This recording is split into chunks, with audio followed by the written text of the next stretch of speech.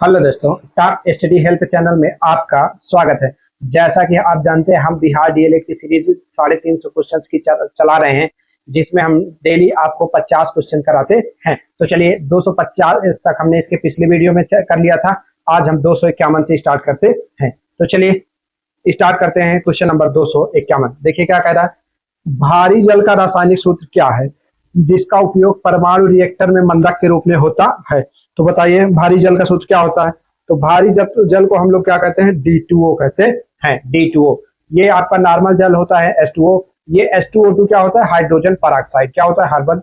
Hydrogen peroxide. और CO2 क्या होता है? Carbon dioxide. चलिए नेक्स्ट चलते हैं। क्वेश्चन नंबर 252 क्या कह रहा है? निम्नलिखित में से कौन सा विटामिन जल में घुलनशील है? तो बताइए कौन सा विटामिन जल में घुलनशील है। देखिए और राइट ऑप्शन बताइए। तो इसका राइट ऑप्शन हो जाएगा सी। कौन सा? सी आपका जल में घुलनशील है। आपने याद किया होगा, vitamin A, D, E, K वसा में घुलनशील है, जबकि बी और सी घुलनशील होते हैं, और जबकि बी सी जल में घुलनशील होते हैं। A, D, E, K किसमें होते हैं? वसा में घुलनशील होते हैं। चलिए नेक्स्ट चलते हैं।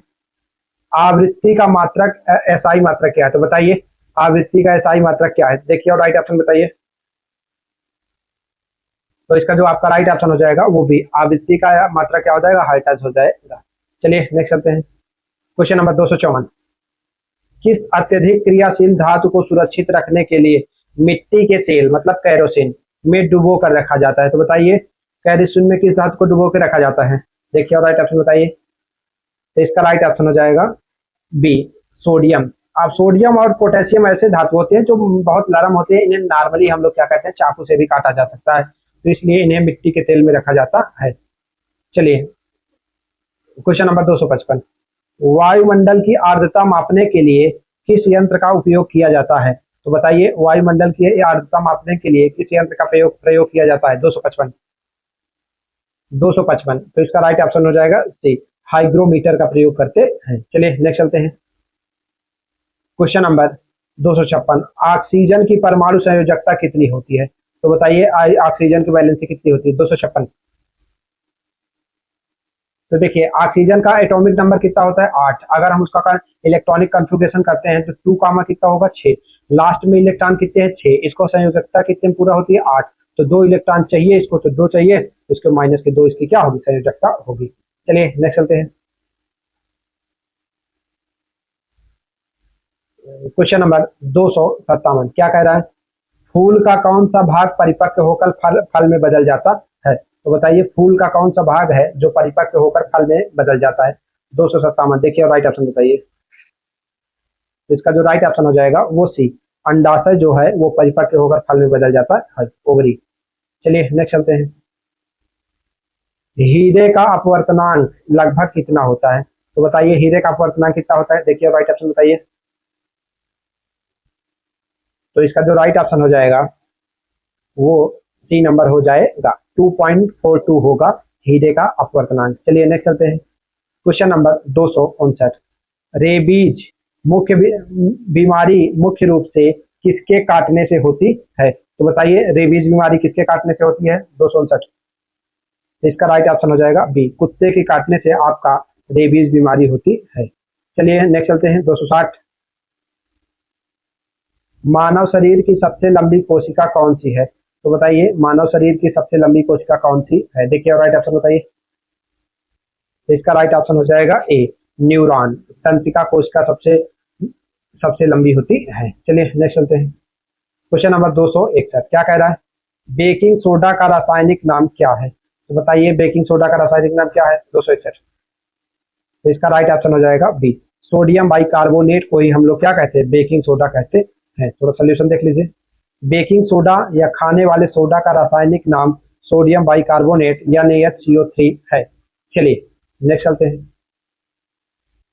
प्रकाश की चाल सबसे अधिक किस में होती है? तो बताइए प्रकाश की चाल सबसे अधिक किस में होती है? देखिए 4 ऑप्शन और राइट ऑप्शन बताइए।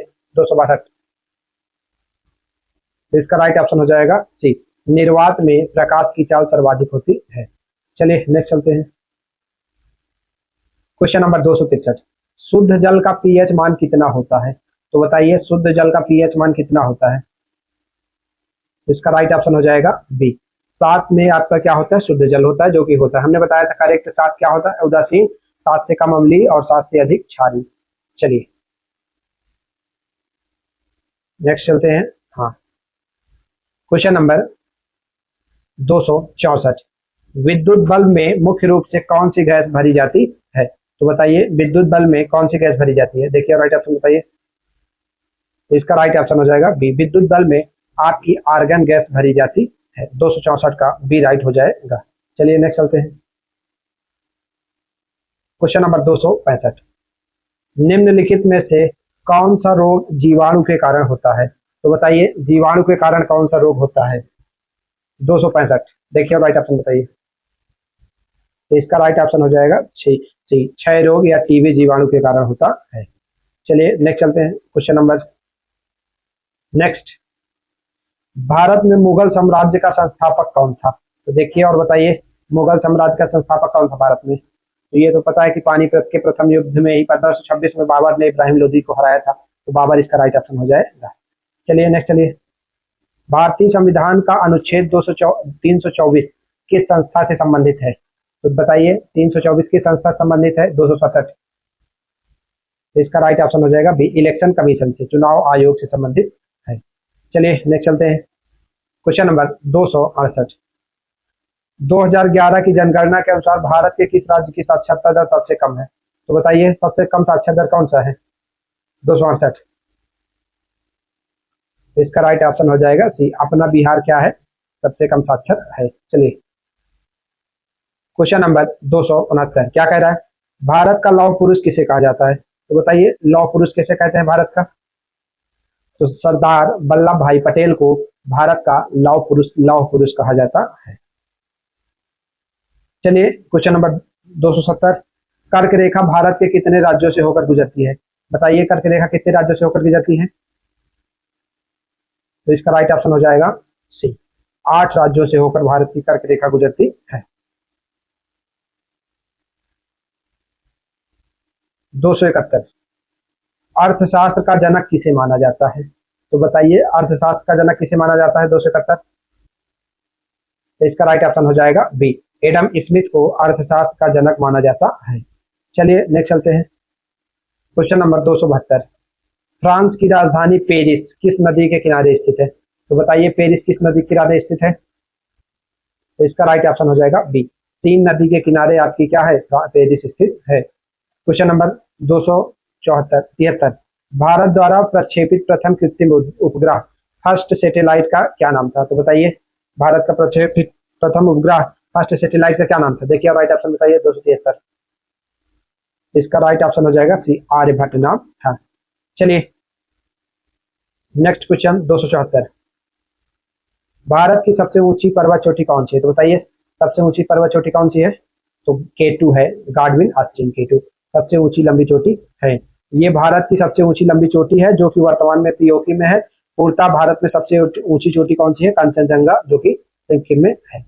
चलिए नेक्स्ट चलते हैं। आज का लास्ट क्वेश्चन है, देखिए भारत का राष्ट्रगान जनगण मन किसने लिखा है? तो बताइए जनगण मन भारत का राष्ट्रगान किसने लिखा है? तो इसका राइट ऑप्शन हो जाएगा बी। रविन्द्रनाथ टैगोर जी ने भारत का राष्ट्रगान लिखा है। चलिए वीडियो आपको पसंद आया हो तो चैनल को लाइक सब्सक्राइब जरूर करिए।